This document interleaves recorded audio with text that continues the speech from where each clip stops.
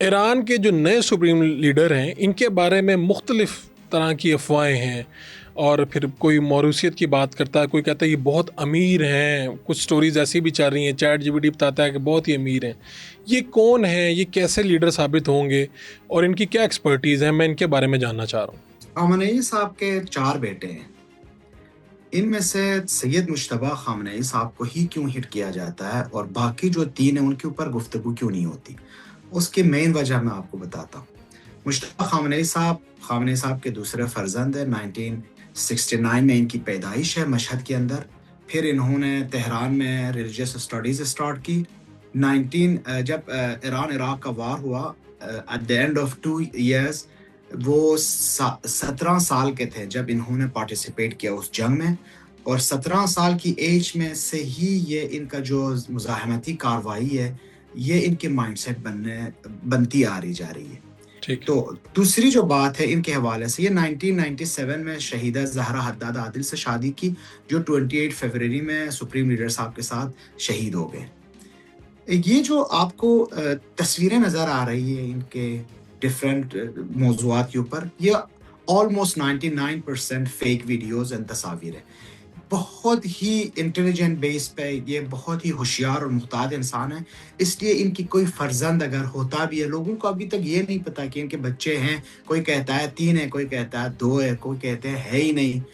کوئی بھی record in کے بارے میں موجود نہیں ہے۔ تو یہ بہت ہی محتاط رہتے ہیں، اس لیے کہ ان کو بہت سارے چیزوں کا پتہ ہے۔ ساتھ میں ان کے پاس ایک بہت بڑی ایک اجتماع بھی ہے جو ایلیٹ کلاس آف ایران ان کے ساتھ ہے، وہ مصنوعی ذہانت کے اوپر۔ اچھا، ایران کے اندر کم لاگت اور تیز رفتار جو جدید رہائشی تعمیرات ہے تہران کے اندر اور دوسرے جگہوں پہ، ایران کے زرعی اور مویشی پالنے کے نظام میں اصلاحات، قیمتوں میں اصلاحات، اور ایران کے اندر جو بہت بڑے انفراسٹرکچر اور ان کی جو بلڈنگزیں بن رہی ہیں، ان سب میں ان ایلیٹ کلاس نے ان کو مشورے دے کے یہ بہت چیزوں کو بہترین طریقے سے سمجھ لی۔ لیکن اس کا ایک اور بنیادی وجہ بھی ہے۔ آیت اللہ سید مجتبیٰ خامنئی سید شہید حسن نصر اللہ کے بہت قریبی ساتھی تھے، اور جب ان کو پیغام پہنچانا تھا شہید آیت اللہ خامنئی کا تو یہ مجتبیٰ پہنچاتے تھے۔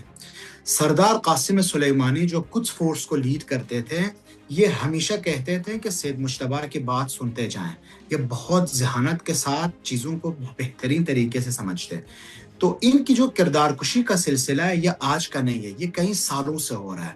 لوگوں کو پتہ تھا کہ اتنا قابل شخص جو 17 سال سے اس مرحلے پہ تدریس کر رہا ہے اور بڑے بڑے علماء کو پڑھا رہا ہے، چیزوں کے اوپر گہری نظر ہے اور ہر گورنمنٹ کی ہر چیز کو جانتے ہیں، علماء کے ساتھ بہت بہترین رابطے میں ہیں، اور مزاحمت کی کاروائی جو ہے پورا ملک کے اندر اور باہر ملک ان سب کے ساتھ رابطے میں ہیں۔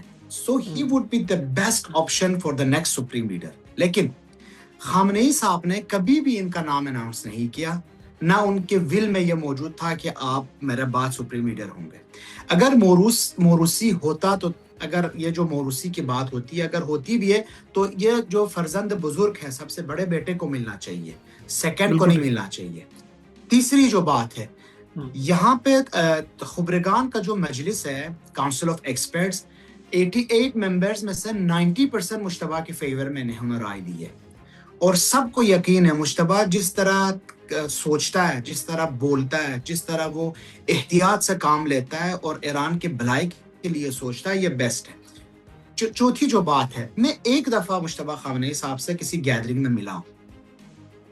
ان کی جوتے اگر آپ دیکھیں، ان کی پہننے کی کپڑے دیکھیں، لائبریری دیکھیں، رہن و سہن دیکھیں، آپ کو لگتا بھی نہیں ہے کہ یہ کوئی عام ایرانی بندہ ہے۔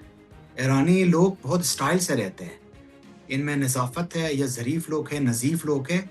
یقین کریں ایسا لگ رہا تھا جیسا یہ کوئی مزدور کا بچہ ہے یا کوئی مزدور ہی ہے جو اس طرح کے کپڑے پہنتا ہے، اس طرح، یعنی اتنی سادگی سے وہ اپنی زندگی گزار رہے ہیں۔ بہت حد، میں کہتا ہوں اپنے ابو سے بھی زیادہ سادہ ہیں یہ۔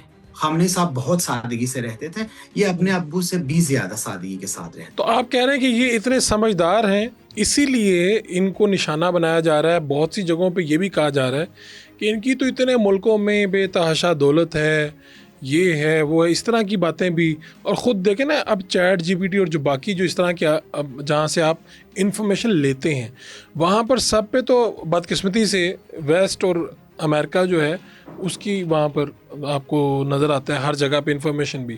ایکچوئل انفارمیشن کیا ہے؟ ایکچوئل انفارمیشن جیسے سپریم لیڈر صاحب کے بارے میں کہتے تھے کہ پتہ نہیں یہ کتنا امیر ہیں، ان کی کتنے پلاٹ ہیں، جائیدادیں ہیں، بنکرز ہیں. اینڈ آف دا ڈے کیا ہوا؟ اپنے آفس میں، اپنے گھر میں، اپنے فیملی کے ساتھ شہید ہوئے اور ان کو امام رضا کی ہولی شرائن میں دفنانے کا پروگرام بنا رہے ہیں. اگر میں آپ سے ایک سوال پوچھتا ہوں، آپ پیسہ جمع کریں گے، جب آپ ان پیسوں کو اپنے ملک میں خرچ نہ کر سکیں، ملک سے باہر آپ جا نہ سکیں، ملک سے باہر آپ انجوائے نہ کریں، تو یہ پیسے کس چیز کے لیے آپ جمع کریں گے؟ نہ بالکل آپ ٹھیک. نہ آپ کے بچے. خامنئی صاحب نے ایک بھی فورن ٹرپ نہیں کیا ہے جب سے سپریم لیڈر بنے، تو یہ جائیداد بنا کے کیا کریں گے؟ یہ میں آپ کو بتاؤں، انفارچونیٹلی ایران میں اپنے رائے دیتا ہوں، میں 100% غلط بھی ہو سکتا ہوں. سب سے خطرناک چیز جو چھپی جا رہی ہے ویسٹرن میڈیا کے تھرو، وہ ہے ایران کی حقیقت. ایران کی حقیقت کو یہ چھپانے کی کوشش کر رہے ہیں. میں ایک مثال دیتا ہوں آپ کو. اگر یوکرینی رشین، یہ جو رشیا اور یوکرین کی جنگ چل رہا ہے، اگر رشینز ایک سکول کے اوپر بم گرا کے 170 طالبات، 7 سے 12 سال کے طالبات کو ہٹ کرتے ہیں، مارتے ہیں، یا اگر فلسطینی اسرائیلیوں کی 170 طالبات کو مارتے ہیں، یا ایرانی کسی گلف کنٹریز کی یا کسی امریکن سکول پہ ہٹ کر کے 170 طالبات کو مارتے ہیں، دنیا چیخ و پکار کر لیتی سالوں سال تک، صدیوں تک، کہ انہوں نے بچیوں کے قتل کیے. یہ پیسٹین کی اولادیں ایران کے اندر خود کہہ رہے ہیں، ان کی اپنی میڈیاز کہہ رہی ہے، 2 دفعہ بم گرا ہے اسکول کے اوپر. ایک دفعہ ٹام ہاک گرا کے جب ان کو پتہ چلا ہے سارے نہیں مرے تو دوسرا بم گرا ہے. یہ اتنے وحشی قوم ہیں، یہ اتنے بڑے جنایت مرتکب ہونے کے بعد بھی چھپا رہے ہیں، لیکن ایران کے اندر کسی کی آواز کسی تک پہنچی نہیں رہی ہے. اسی لیے میں سمجھتا ہوں یہ بہت سارے جھوٹ ہے. ٹھیک ہے، ٹھیک ہے، آپ کہہ رہے ہیں اصل ایران لوگوں کے سامنے آ نہیں رہا. ایک اور بات بھی میں آپ سے کہتا ہوں. اگر یہ جائیدادیں بناتے ہیں، ابھی ہم جنگ کے ماحول میں ہیں، ان کو چاہیے تھا جنگ کی وجہ سے 1 روپیہ فی لیٹر پیٹرول کی پرائس تو بڑھا دیں اپنے جیب بھرانے کے لیے.